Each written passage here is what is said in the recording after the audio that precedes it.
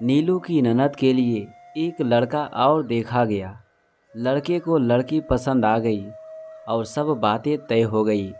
शादी के 15 दिन पहले ही ननद नीलू के ससुर जी और पति के पास पहुंच गई और कहने लगी कि मैंने आप पर कितना भरोसा किया था।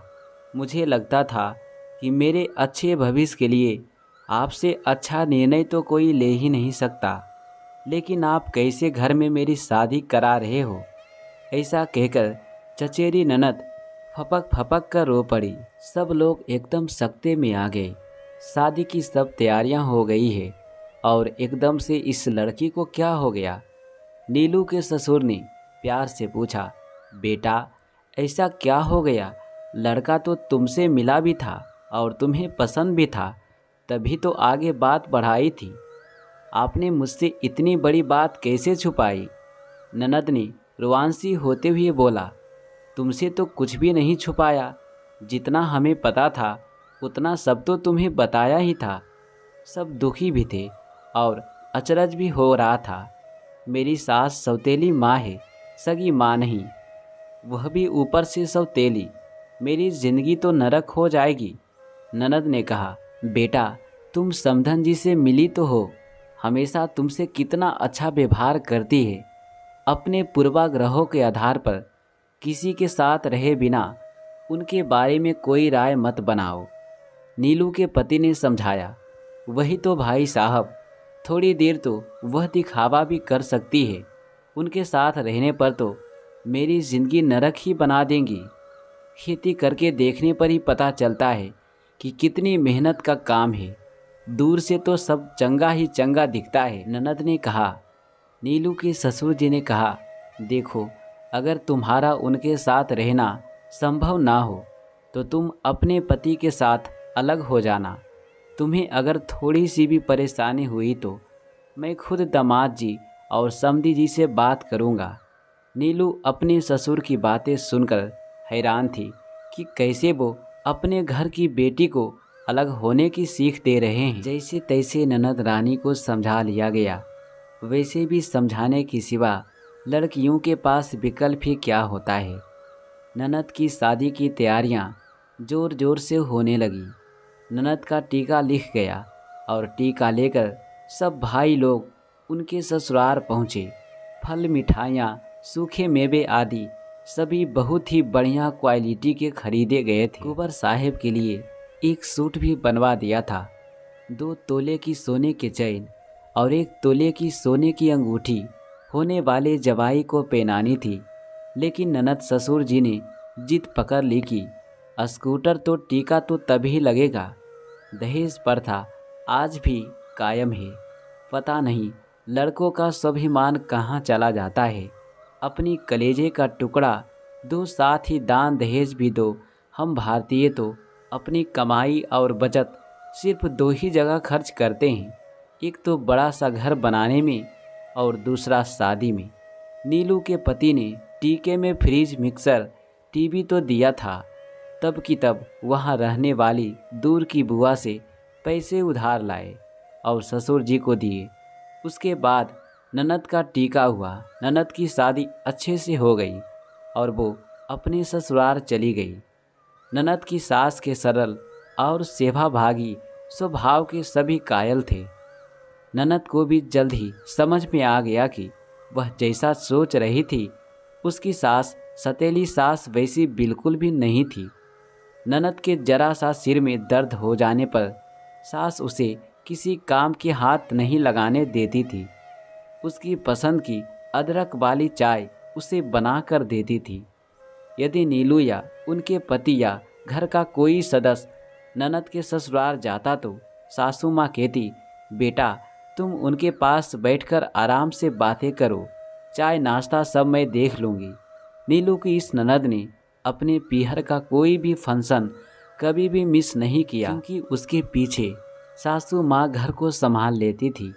नीलू यही कहती कि दीदी पिछले जन्म में जरूर आपने मोती दान किए होंगे जो ऐसी सास मिली। कर्म सिद्धांत हम इंसानों को दिलासा देने वाला बड़ा ही अच्छा सिद्धांत है। नीलू भी तो यही सोचकर अपने कर्तव्यों का पालन करती रही थी कि पिछले बुरे कर्मों को अब भुगत रहे हैं, अब तो अच्छे कर्म ले ले। नीलू के पति की कमाई अच्छी थी, लेकिन खर्चे इतने ज़्यादा थे कि हमेशा पैसे की तंगी बना रहती थी।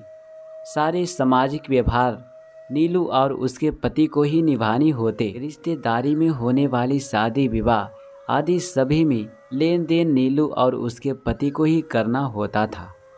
नीलू भी एक समझदार पत्नी की तरह बिना उफ किए अपने सारे फर्ज निभा रही थी। घर पर सिलाई करके पति की आर्थिक मदद करने की कोशिश भी करती थी। अपनी बच्चियों को अपने हाथों से बने हुए कपड़े पहनाती थी। चादर अगर फट जाती तो उनसे पीलो कवर बना लेती थी। फटे हुए कपड़ों से गुदड़ी, पायदान आदि बना लेती थी। नीलू के हाथों में बरकत थी। नीलू तीसरी बार गर्भवती हुई। नीलू के ससुराल वालों को पोता चाहिए था। नीलू की बड़ी देवरानी की भी एक बेटी हो गई थी। नीलू खुद भी बेटा चाहती थी ताकि दोनों देवरानियों के सामने उसे नीचा न देखना पड़े। बेटे को जनने वाली स्त्री का मान सम्मान थोड़ा बढ़ जाता है। नीलू डिलीवरी के लिए अपने ससुराल ही आ गई थी। नीलू को मरी हुई बेटी हुई। नीलू ने अपनी सास और दादी सास से अनुनय किया कि उसकी सफाई करवा दे, लेकिन उन्होंने पैसे बचाने के चक्कर में नीलू की एक ना सुनी। नीलू अपनी बच्चियों को लेकर पति के पास लौट गई थी। नीलू की बड़ी बेटी नेहा स्कूल जाने लग गई थी। उसे स्कूल जाते हुए 3 महीने होने को आए थे, लेकिन वो क से कबूतर हिंदी वर्णमाला का पहला अक्षर भी लिखना नहीं सीख पाई थी। नीलू ने उसे सिखाने सभी तरीके अपना लिए थे, लेकिन सब व्यर्थ। एक दिन नीलू को हल्का सा बुखार चढ़ा। नीलू ने दवा ले ली। दवा के कारण नीलू के सारे शरीर में चकत्ते हो गए थे। नीलू को उसके पति सीधे हॉस्पिटल लेकर गए। नीलू की हालात बिगड़ने लगी। नीलू को सांस लेने में भी तकलीफ होने लगी। यह छोटा सा शहर था। डॉक्टर ने राजधानी के हॉस्पिटल में ले जाने के लिए सलाह दी। ऑक्सीजन सिलेंडर के साथ एम्बुलेंस में नीलू को राजधानी के सबसे अच्छे हॉस्पिटल में एडमिट करवा दिया गया।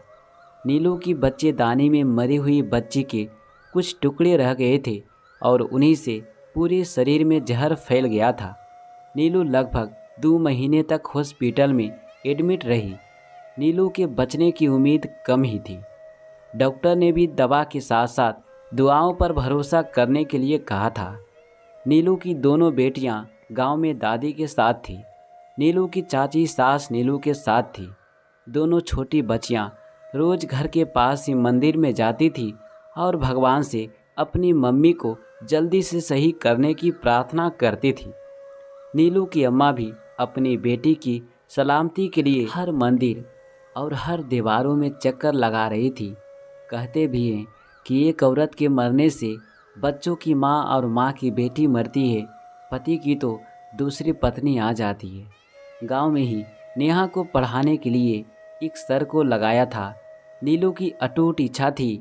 नेहा का अपनी माँ को खोने का डर या सर के पढ़ाने का तरीका नेहा को कबूतर ही नहीं पूरी वर्णमाला आ गई और उसने पढ़ना शुरू कर दिया। नीलू के जीने की इच्छा और उसके हौसले ने बीमारी को हरा दिया और नीलू सही होकर अपनी बच्चियों के पास लौट गई। नीलू को तब डॉक्टर में ही असली भगवान नजर आए थे। उस दिन नीलू ने सोच लिया था कि वह अपनी एक बेटी को डॉक्टर बनाएगी। आज नीलू की छोटी बेटी डॉक्टर बन भी गई थी। चलिए मिलते हैं अगली कहानी में। यहाँ तक बने रहने के लिए आप सभी को दिल से शुक्रिया।